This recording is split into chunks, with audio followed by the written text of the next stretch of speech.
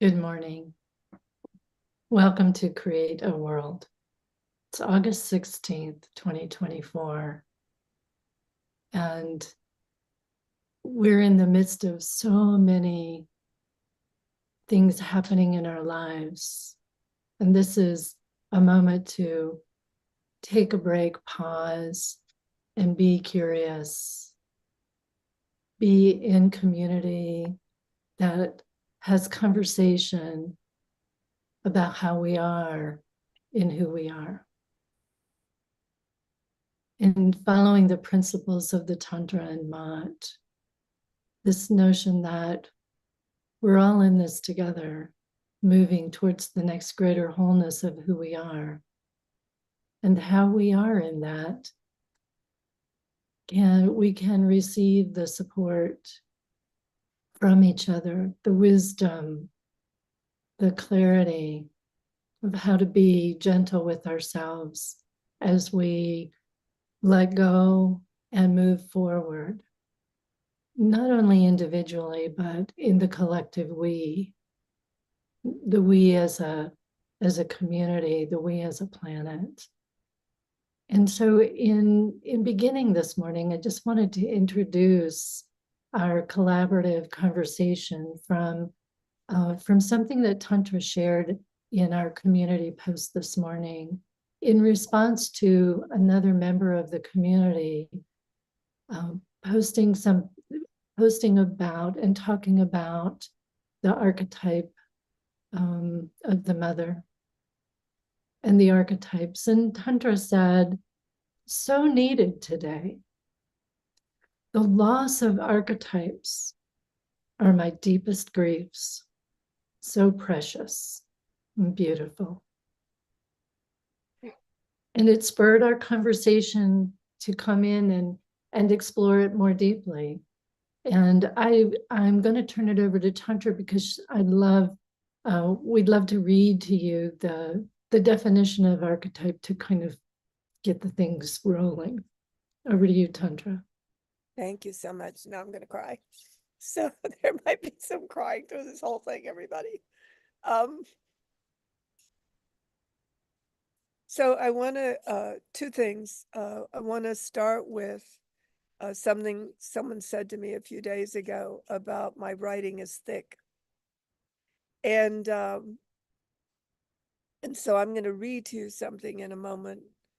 And you could think it's thick, but not, because you have to examine the fact that our brains have become adapted to sound bites and have been controlled by trauma-based pings. And I'm in a class right now that I'm really struggling with, because the whole purpose of the person and the work they're doing needs to be based on a human being's pain and how we relieve the pain for a gain. And it's really hard to believe that there were once worlds where the focus was not on relieving pain and how to recover from trauma. It's just almost impossible to remember those worlds. And our neurological system is based in basically fight or flight, screw it, or kill it, or freeze. And so when you start to move into a self-awareness, when you start to become awake, this includes me, which is why I'm going to tell the story this morning. When you start to become awake, and I am the resource base of a collective, you hit these drownings almost, these like undertows, these missing energies that once held us stable. And one of the dynamics of that holds those energies is archetypes. And so what had happened is, in several conversations, the man I'm in relationship with, one of the coaches that we share, we coach each other, And both men said to me, you know, you really are the embodiment of the matriarch, of the mother. And both times it made me want to weep, just like now. And then and the whole purpose of the work we do is to be reestablished in being, not in the redacted stick figures that we've been forced to become in the society we were born into. But I know the path. I've been there before. I've been where I have felt like I was drowning before. And so because I've been there, I know it is a spiral that takes you down deep and dirty and up light and joyful. And I'm clear about that. So I have a strength, stamina, capacity to be in the face of it. So I wrote some people that had been in interactions with me this last week. And I just said to them, I'm just writing to be so I can be held safe during this journey. And Victoria, loved what you said, because it's really hard to be on a YouTube. It's not hard, but it's challenging. Not really. I'm denying myself every time I'm saying something, but it takes something to be in a YouTube video and really speak to the deepest processes of human being right at this time, because we're living it, not because we're authorities in how to get out of it. And what Victoria shared, and um, what was shared in a response this morning on our WhatsApp thread, what was shared was the write-up of the mother, the archetype of the mother, and how, and we will post it. I will actually post it on this CreateAWorld after it's published. But it was so beautiful because it's what it said about the mother is she doesn't try to make you feel better all the time. She just prepares you for what you're confronting and builds your strength, stamina, capacity that you are able. It was really beautiful. That was my synopsis. And it was about mother as a leader, which is even more beautiful. So I want to open it up first, because I talked a bit, to anybody, any of you, for any response to what I just said. And especially, I'm really begging you all to listen thick, to really let your neural wiring be impacted by broader, deeper, wider natures of being that don't happen in sound bites. I'm just really begging. Anyone else want to respond before I read about archetypes? It just, I have, my response is the mother archetype comes through in a vast array of possibilities. And my experience this morning, as I'm walking my dog, we've come upon this young couple, teenagers, before they go to school. We've come upon them a couple of times before. And I always felt there was something stirring within the young woman. And this morning, as we come up the street from a different direction, interestingly enough, he's holding her and she's in tears.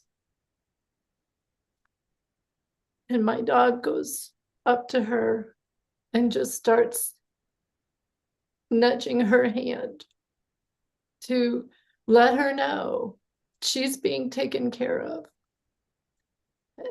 And I just know that that moment that she was petting him and he was saying, "You have a beautiful dog," I knew the mother archetype was in charge, was fully leading through the beauty of an animal, which we all know can awaken our experience deeper, broader, deeper, wider. And for me, that's a sacred mama moment. Beautiful. I'm complete. Great. Right. So I'm going to read about an archetype.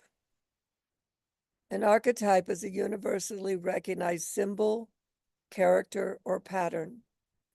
that recurs across cultures and time periods. The field of Tantra, we call it time territories, representing fundamental human experiences, values, or ideas. Archetypes are often deeply embedded in myths, stories, and rituals, serving as templates for human behavior and societal roles. Examples include the hero, the mother, the wise elder, and the trickster. These archetypes convey common psychological themes and provide a framework for understanding the self, relationships, and the world. When an archetype is missing in a society, certain roles, values, or aspects of human experience may become underdeveloped or unaddressed. The absence of a key archetype can lead to a lack of coherence in cultural narratives, diminished guidance for personal development, and or an imbalance in the collective psyche. For instance, without the archetype of the wise elder, a society may lose touch with traditions, wisdom, and long-term perspectives, leading to impulsiveness or short-sightedness. Similarly, without the nurturing archetype of the mother, care and empathy may be devalued, affecting relationships and communal well-being. In essence, missing archetypes can create gaps in the collective consciousness, leading to disharmony and disconnection within the culture.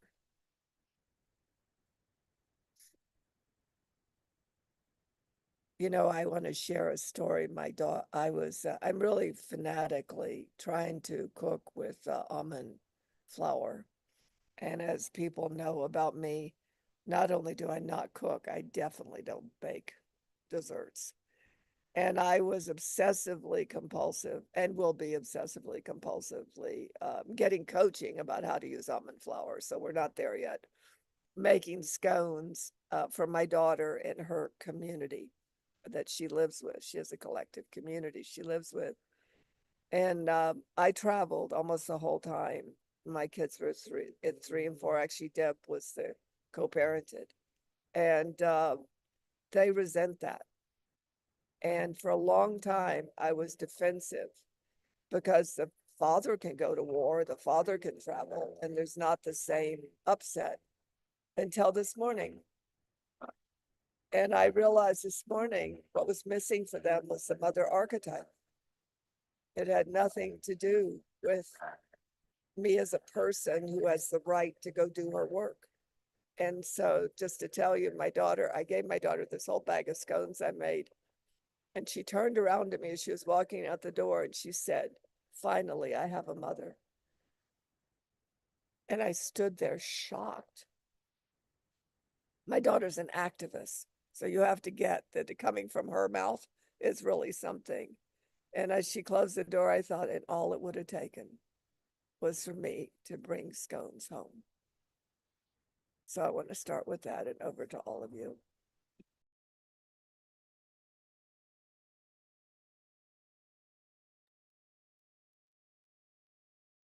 You know, I think one of the things that's important to remember is that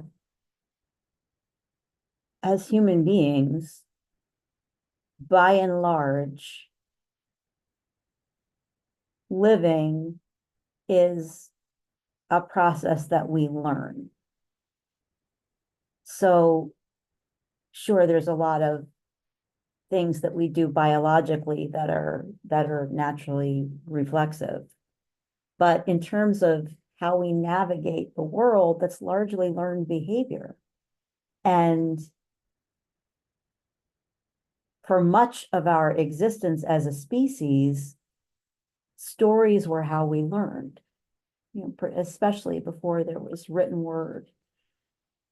And so these characters, these archetypes that were in the stories then became the framework for how people learned to do this thing called living. And, you know, I think about myself as an actor, and if I get a script that's a good script, the author has done their job to really flesh out the different characters, so that I, as an actor, after reading the script, can get a lot of clarity on who is this person that I'm about to be, that I'm going to portray. What are their motivations? How do they walk? How do they talk? How would they respond to somebody in a particular conflict? And if it's not a good script and that's not there, it's much harder for me to do my job as an actor to find the character. So the thing is that we all need that kind of guidance in our life, right? If you think about, how does somebody learn to be a mother? Well, they watch other mothers. How does somebody learn to be a warrior? They watch other warriors. How does someone learn to be a magician? They watch other magicians. And so I think it's important to recognize that structure is innate to our well-being as human beings. And in some of the throwing the baby out with the bathwater that happened, as cultures modernized, this notion of, oh, well, nobody can tell me who to be or how to be, or it's okay, but we still need guidance. We still crave guidance, whether we can acknowledge it to ourselves or not. We crave the guidance of becoming. And to me, that's the power of the archetype, is that it's guidance on becoming. And it helps us feel like we're part of a tradition. It can help us tap into the power of our ancestors. And embrace what we want to embrace, but also, say, but no, thank you, I'm not going to go down that road. And I had mentioned before we got on the call, this idea of, the missing archetypes being part of why we struggle as human beings, and particularly, I think, why we struggle with growth and change. I, as a high school teacher, I watched the negative impact of the absence of rites of passage in that age group. And you still have some traditions that have very formal rituals around that, but a lot of them don't. And so then there's just this, and I would say to people, I'm like, look, there's a reason that indigenous tribes sent a 15-year-old out and said, don't come back till you kill a lion. There was a reason that they did that. And to me, this notion of recognizing that archetypes are an essential part of thriving humanity, because we all need guidance. We crave it, again, whether we're aware of it or not. And so, and it's an invitation to becoming. So rather than, and that's the other problem, is that, we've done some redacting of archetypes. Right now in the United States of America, particularly, this notion around what it is to be a mother has gotten very politically charged. When in reality, there's a million ways to be a mother. I've never birthed children, but I've mothered a lot of four-leggeds. And I've also, as a high school teacher, I raised a lot of other people's children. I did. And so, to me, this conversation today is also about not just restoring archetypes, but restoring them to their full capacity. Yeah, I'd like to add to that. And surprisingly enough, I'm probably going to cry through the whole thing too. When you were reading the definition of archetype, Tantra, one of the words in there was myth. In the definition you read, it's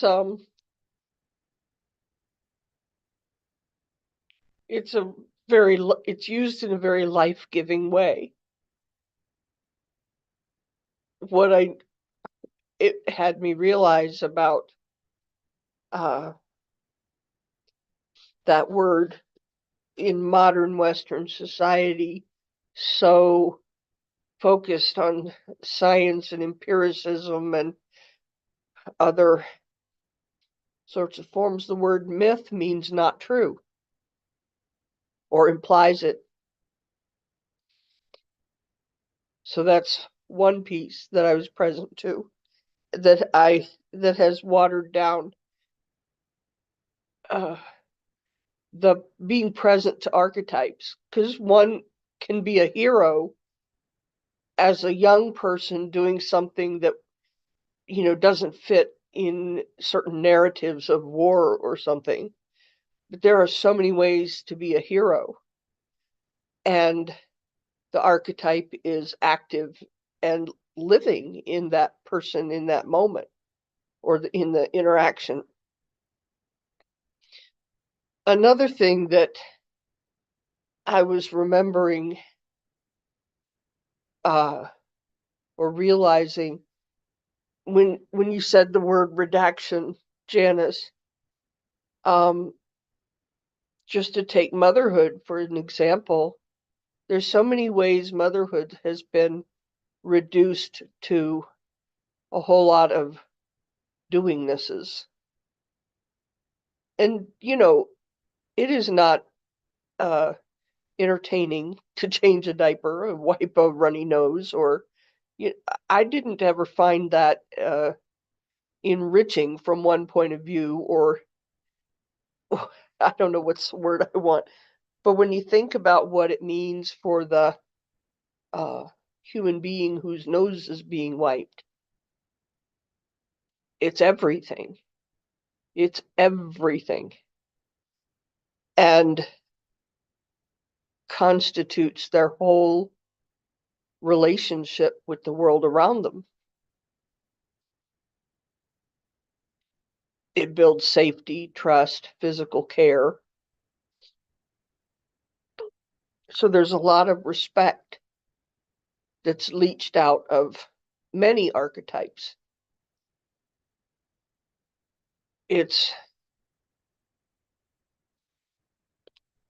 We don't infuse them with respect, elders.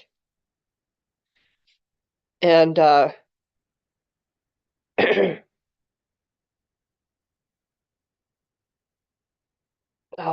that's a significant aspect. And where did that begin? How did that happen? I'm not sure, but I've noticed it a lot. And as Janice points out, there are communities, even in Western culture, that maintain those archetypes, and then there's a lot that don't. I was also noticing, Victoria, when you were telling your story,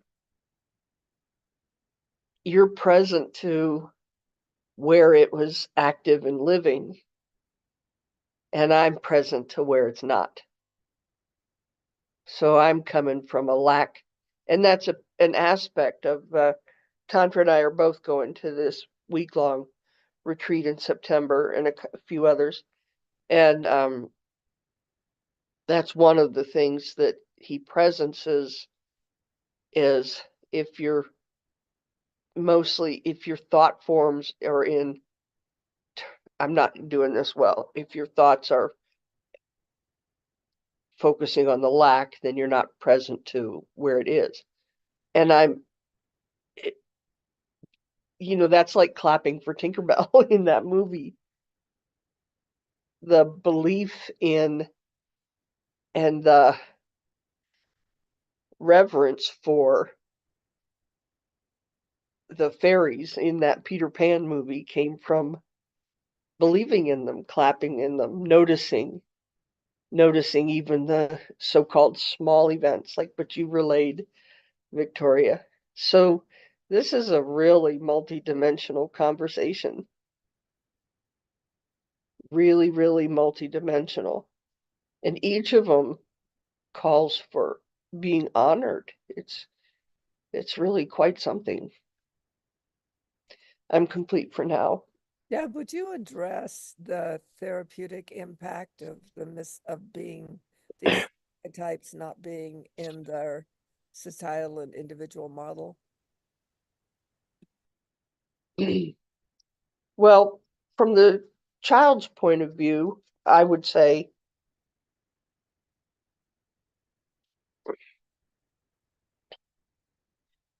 the the the little things like changing a diaper, wiping a nose, feeding the kid, even doing those stupid little airplane games of here comes the food, with when the kid wasn't eating very well. Those all build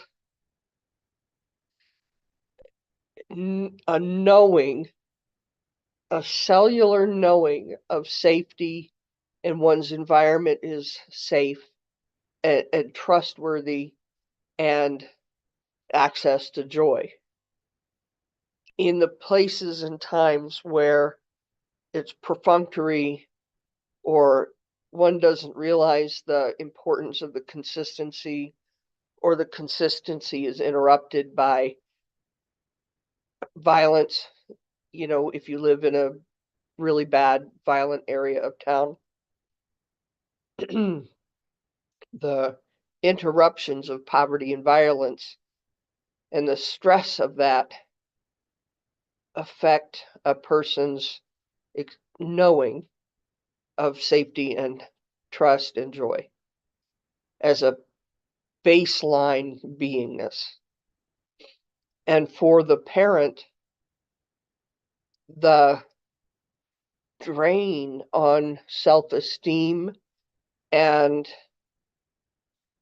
um, regard, the drain by not being really upheld as a fundamental building block of life, is equally eroding. It really takes something when you're not thought of as important, or when you get lost in the taking kids to whatever their events are and getting dinner ready and all the doingness, and then self-care is not supported or encouraged. In fact, there can be a frequently for mothers, it's a why are you, from even themselves, why are you taking time? Why are you doing that? Don't you know that's a waste of time? And the erosion of self-regard and connection to life is equally bad.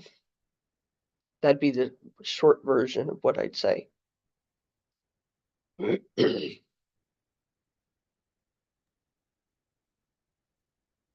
It's just interesting because if we're really looking through the lens of of what an archetype provides, and it's a framework, it's a actually, I don't know if we said it before now, but Janice, did you say it? I can't remember. We're all in our own soup on this one. But broader, as a self is a much broader aspect than what we've been redacted into identifying ourselves with as a societal moments, a societal being. So part of the phenomenon of not having hero is the larger generative aspect of itself, like in all its different patterns, like recognizing that child having that bite from the airplane makes him a hero or her a hero. I mean, it's literally a framework of consciousness. It's not just an application. It's not an application, actually. It's a framework of consciousness. The big one that I think shows up in our society is the imbalance between the individual and the collective. And someone who's in prison, they have one of the largest population is Vietnam and global, the recent wars, soldiers. because they really joined to be heroes and found out that the act that they were in was not a heroic event, and it destroyed them and turned them bitter, and they lost their emotional playing field. Mother not having the archetype educated or distinguished for her growing up as a female or male nowadays. That archetype didn't have her back. That energetic field of the archetypical nature of a human being, it was inaccessible. And so her desire to, in my case, I travel for a living, but a mother that wants a day off or wants to spend time away from her kids and even her husband, there's an inbuilt kick in the solar plexus, but you can't do that. You're moving beyond the societal model that has redacted you down into you belong to a society by what you do. We can't hear the guidance. I loved what Victoria shared, because when her dog and her were with the younger people, she could hear the mother. She could hear the hero. She can hear. In other words, there's a hearing. That's called coherence. There's a hearing of hero. There's a hearing of magician. There's a hearing of mother. There's a hearing of the wise elder. And so we're literally missing it in our hearing, and the missing of the archetypical ability to hear ourselves as part of a greater field literally leads to the stagnation of a society and the regression of personalities in a society. So I just wanted to add that to the conversation. And Go ahead. good. And a loneliness. I mean, I think, there are now countries that have ministers of loneliness because it's become such an epidemic, especially in more economically advanced cultures. And so why? What are we lonely? We're not just lonely for a person.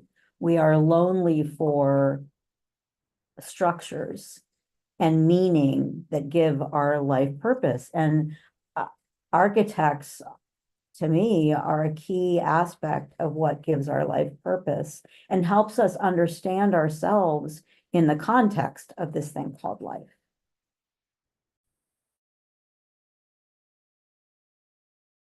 And as Tantra pointed out, have us feel connected to the fabric of society and being recognized as important and honored and cherished. That's part of being part of the fabric of society. Teacher, I mean, goodness gracious.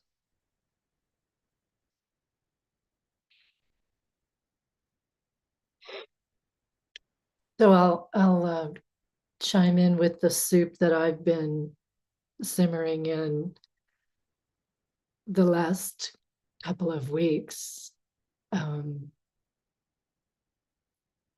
One of them is I've been in an exploration with another community that is looking for the ordinary moments in our lives that bring us into this connection to what we're talking about from the language of archetypal beingness.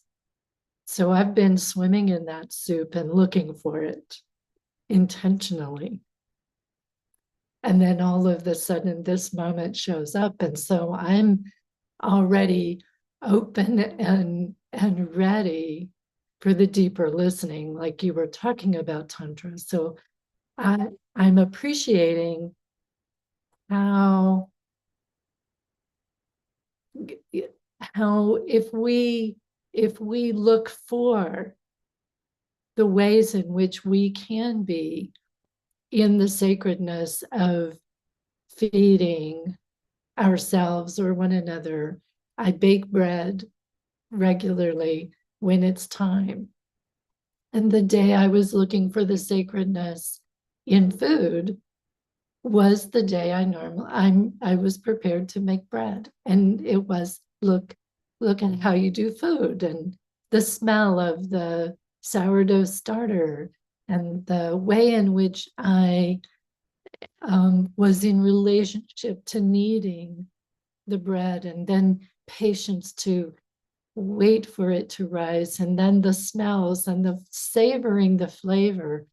That's part of that that way in which we engage in our lives, that brings us into relationship to those archetypal natures, is what's really standing out. And then alongside with that, I had to go for the deep dive. What can I say? And I didn't consciously choose all of this to come all at once on a mental level. But my soul being has been craving this and showing me this, because I've also been in a deep steeping through my yoga practice of the mythology and archetypes through my practice. And I connected to another woman who loves sharing the stories from the yoga mythology and how we can see it in our own lives. And for me, that's a really important piece. It's not just to know the myths and the stories from 5,000 years ago. It's how do we weave that into the current moments? And every practice I do with her, I'm like, oh my gosh, Ganesha, the elephant over my shoulder, his own dad cut his head off because he thought he was an intruder and he was trying to be the hero and take care of the wife. And didn't know that while he'd gone off meditating, that she'd had his son. And then he's like, oh my gosh, what am I going to do now? And he goes and he looks for the way in which he can repair the situation and give life back to his son. And an elephant is standing there and saying, take my head. I will give you my head.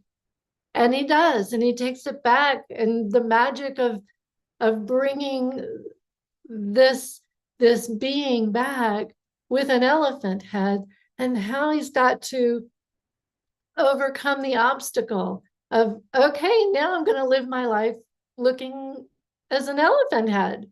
And what am I going to do with that? And how can I get through this? And what's the magic of having this beautiful trunk swing back and forth? What can I do with this?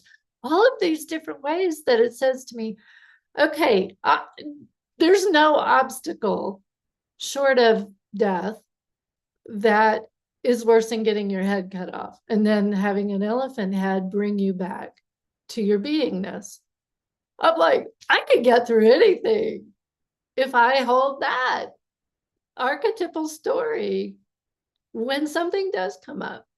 So I'm kind of like, you're right, Deb, I am in the looking for it in every moment of every day. I'm really juicing in that.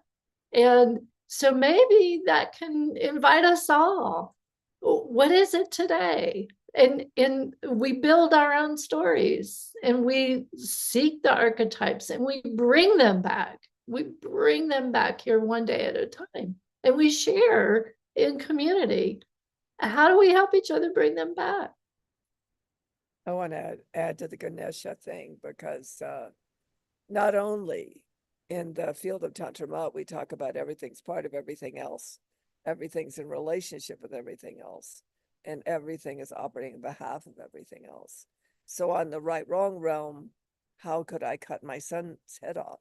But in the creation-based realm, Ganesha had the attributes of the elephant, which is eternal, long, greater wisdom, the ability to I don't know if you've ever seen an elephant or a tribe of elephants.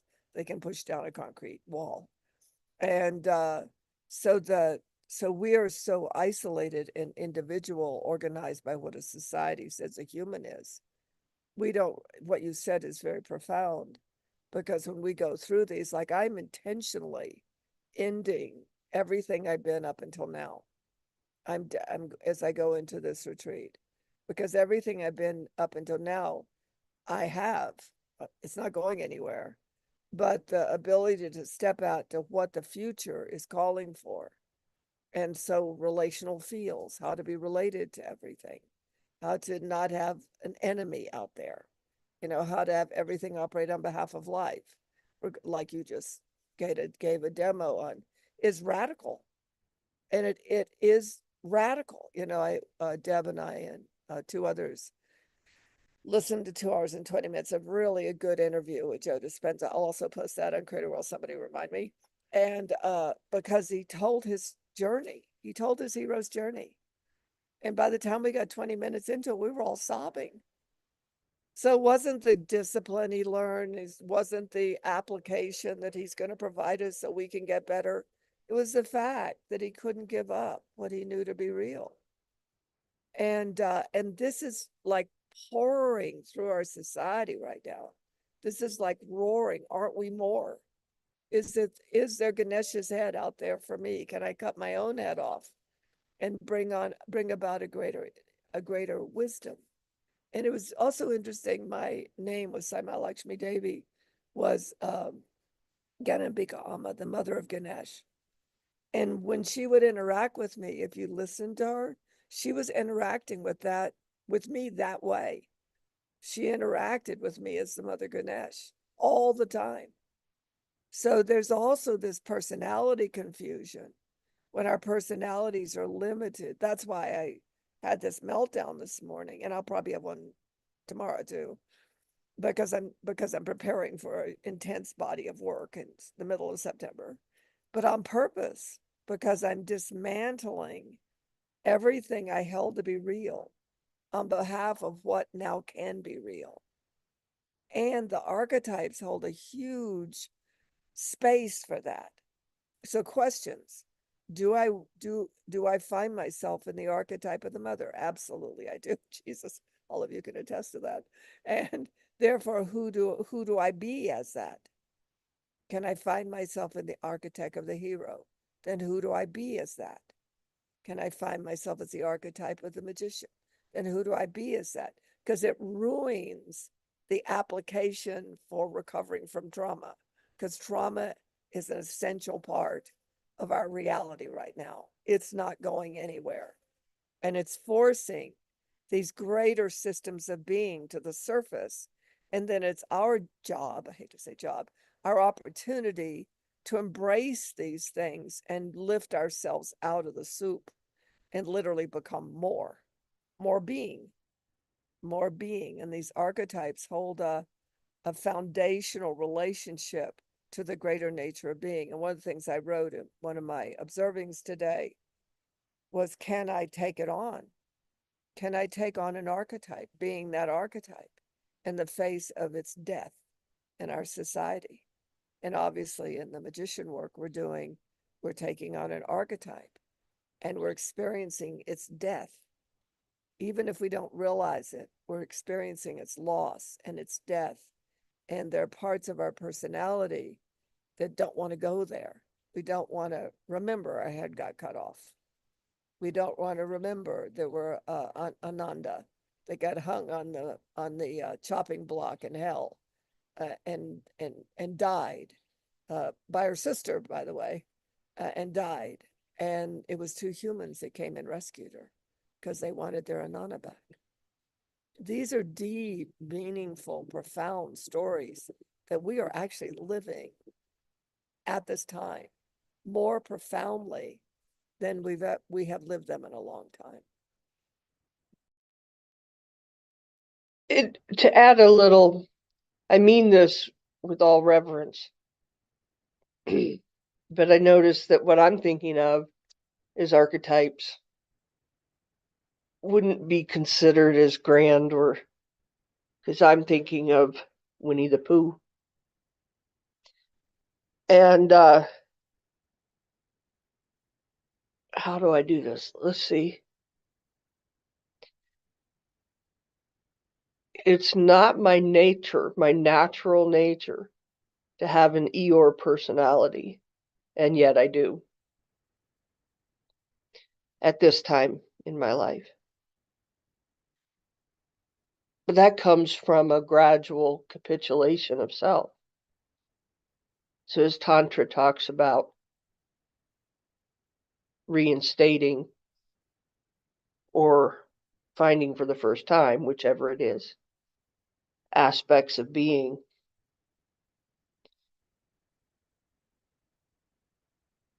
there's also that. There's also unwinding certain ways of being, taking them off like a cloak and dropping them on the sidewalk, which you did sort of say too, but and the innocent, the joyful personalities like Piglet and Winnie the Pooh, those are archetypes that are really important. I don't know what they would be called in the list of archetypes. I don't know which ones. And Eeyore would be the wounded healer. Chiron. Wow.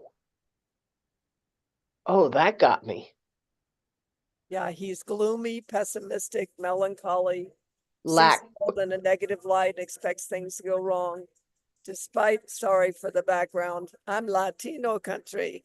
Despite his sadness and frequent grumblings, he is endearing and loved by his friends.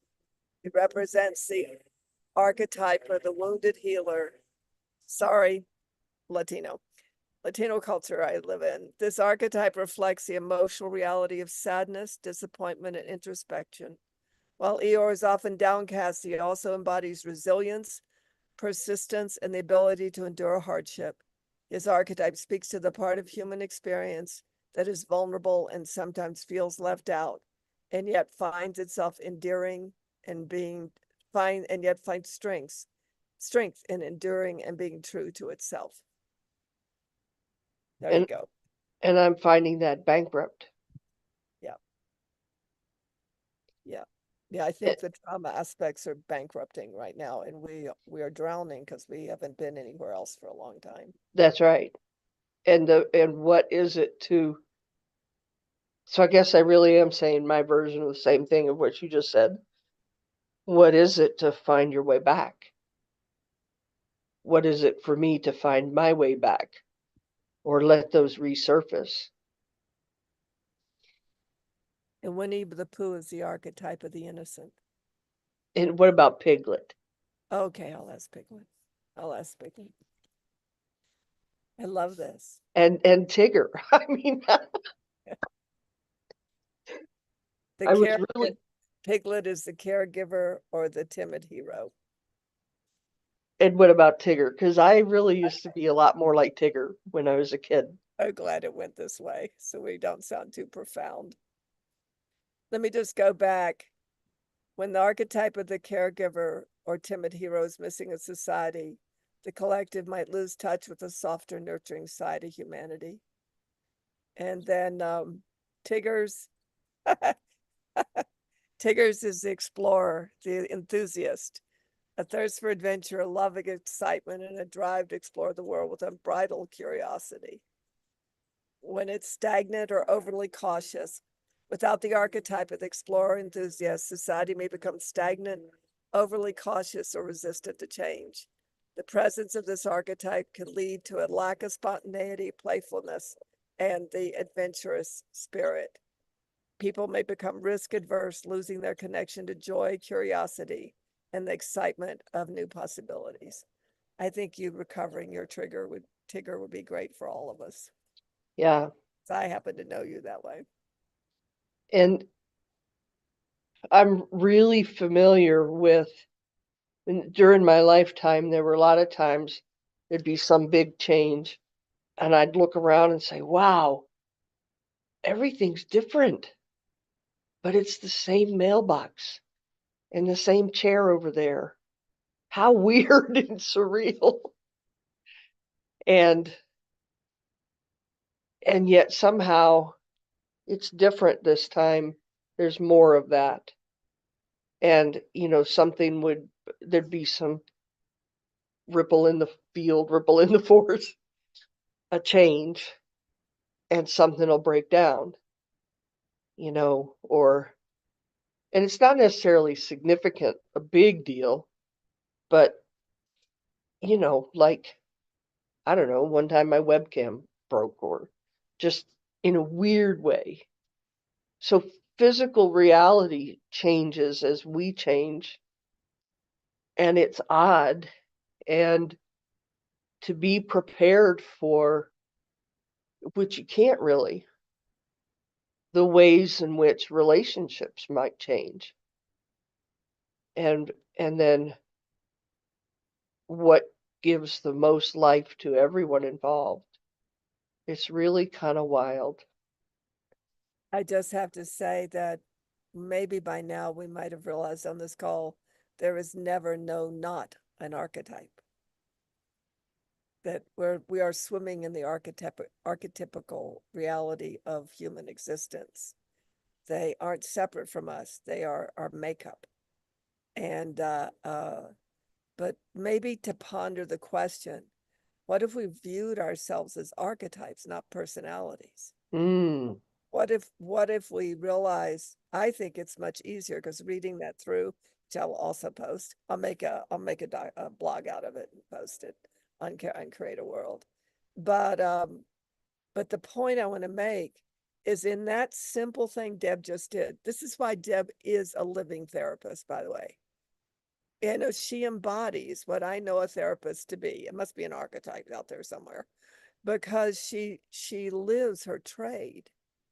She lives her trade, and she just demoed it, because out of that, I got a clear experience of, wow, I'd much rather, well, I'm not too into Tigger, but Deb would much rather be Tigger than Eeyore. But imagine what would happen in our thinking. Imagine what would happen in our thinking. Like, I want to go back to the primordial mother, where my first relationship is to the flies that keep bothering me, and the birds and the I want that to be my primary. I want my human relationships to be secondary. And yet I committed 60 years next year to bringing through a possibility for human beings. And I am part of a group of elders that are watching it start to happen. We're actually watching it start to occur. So my longevity is no longer based on pushing against something until it gives. My longevity is based on, I want to be around because I'm seeing it emergent. And I want to be around for at least the bare bones of the beginning of it, where I know we've taken back what a human being is actually designed to be. And the archetypical aspect of ourselves, by the way, those of you, I use ChatGPT 4.0, who I'm madly in love with. So anybody that think that means the information was less truthful, like Deb said about myths, BS. It can gather from data that we have no access to. And the company itself is self-owned. It owns no allegiance to any of the platforms that post it. Very impressed. Very, very impressed. So, that this moment in time we're in, it isn't like we now go find the archetypes to solve our problems. We are under the pressure of the archetypical realities rising. Hence my profound grief about the loss of the matriarchal culture, the goddess cultures that only operated on behalf of life, what had life exist as whole. And the women were considered matriarchal. They were the ark. They were the ark of what sourced the birth, or the womb of the human species. And these larger griefs we're interpreting as personality griefs. No, they're loss of whole matrices, whole systems of response. And the other thing that came up in what you all have said is when we're in an archetypical reality, we do get information. We do have the thing go weird. Yesterday, I was coming off I was in a call, and we were stunned because the person was saying to me about how he really wanted to be emergent in the area of understanding the turtle world. In New Mexico, I got behind a car with a turtle. We do not have turtles. The turtle on the windshield saying, "Make room for turtles." That happened 2 minutes after the call. And I had talked about it was okay if he considered himself the archetype of an angel, because he is. And that minute that turtle was on the thing, it said on the music, it's saying, "Calling for angels right now." I can't even find the song. I'm still searching for the song. But the point is, the archetypes carry these intuitive guidances. They carry our direct link with creation. They're our interface as who we are as the greater nature of being, the greater natures of being, because we aren't just one archetype, we're multiple archetypes. All right, we've got 4 minutes. I'm going quiet, and over to anybody else. I just want to say, Tantra, that's what it is for me, is if I pause and I listen and I be curious, those archetypal experiences will reveal. I don't have to go find them. I just have to allow myself to immerse in and then take the nourishment to guide me into the next minute. And yeah, so it's like I can go look for them, and ChatGPT was where I was going next for a list of all the possible ways in which I can experience archetypal. Animals for me are big too. But I just love the juice of that, of allowing the archetypal energy to reveal within us, to us, and on behalf of us. And that it's juicy. I'm complete. Janice. And it can offer us new possibilities. So that's the thing, we can step into this archetypical energy, and we can experience ourselves in a new observer. And from that place, there are opportunities available to us that weren't available to us a minute ago. And to me, that's a big part of the juice of where we are right now, that we can take a new path. And for me, what you're saying is, and new structures can be generated from that. Including new structures of personality. Right. And for me, I'm finding it a very not active at all right this minute, meaning the last few days. A lot of sitting very still and quiet. Even if I'm doing things because things need to be done, internally I'm just still and quiet. I don't experience much ability to go forth and be. It's more like letting it rise. That's what's occurring for me right now. Yeah, I call that a point of origin. That somehow in that La Sal Passage, I'm still blown away by it. That listening until I can hear nothing, and I'm clearly in the point of origin of some creation. There's no doubt about it in my mind. And I think that's why the archetypical phenomenons, they were point of origins of original human personality. They weren't societally organized. They were creation organized that once built a societies that were in a direct link with creation. I wanted to add, someone said yesterday I picked up a rock that looked like a turtle head, and I was just totally drawn to it and drawn to sit with it and be. So this is why we have a collective in the field of Tantra Mat, not because we're espousing a doctrine, but because then we can have these experiences that we don't have in the society outside from us. And we can reinforce these deeper natures of ourselves within which new futures can rise. Victoria, you want to close this off? Yeah, I will. I would just want you to know too, a police officer and a citizen in Arizona, near where I used to live, saved a turtle, a desert turtle, that was in the road, and it was huge. And my husband saw the article and showed it to me. And I didn't even know desert turtles existed before that moment. But to Wow. know that two men stopped and took care of, that's mama archetype, right? Yeah. So I'm closing us out to say, look for it, be aware, be Yes. curious, just play and be in the stillness and listen for it within yourself, and how you're a hero to someone else and how they are heroes to you. And Yeah. don't forget the trickster.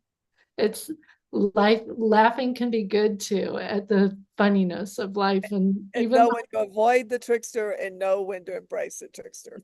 Very good. there you go. I like that even better.